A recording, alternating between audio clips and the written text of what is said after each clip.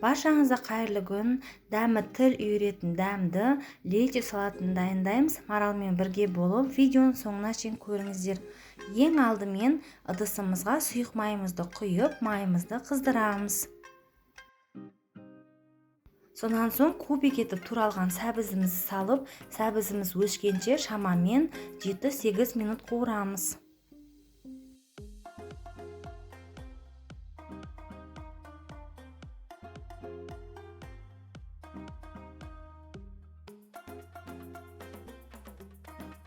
Ет тартқыштан өткізілген қызанағымызды құямыз.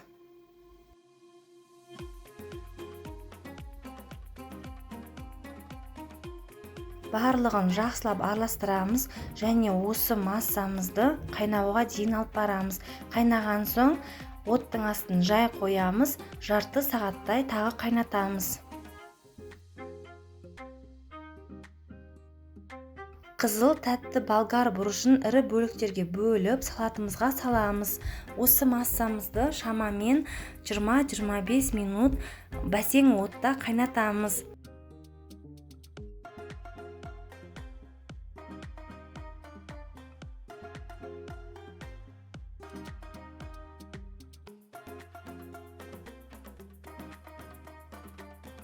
Дәміне қарап құмшекер және де тұздан саламыз.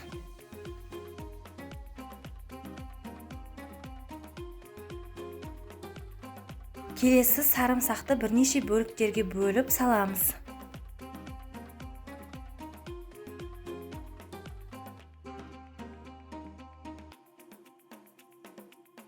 Уксустан құйып араластырамыз. Аскөгімізді ұсақтап турап саламыз.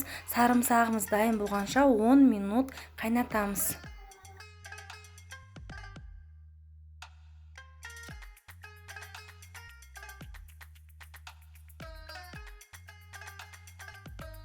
Біздің өте дәмді лечо салатымыз дайын болды. Өздеріңіз көріп отырғандай жасалу жолы өте оңай және де осындай түсі қып-қызыл болып шығады.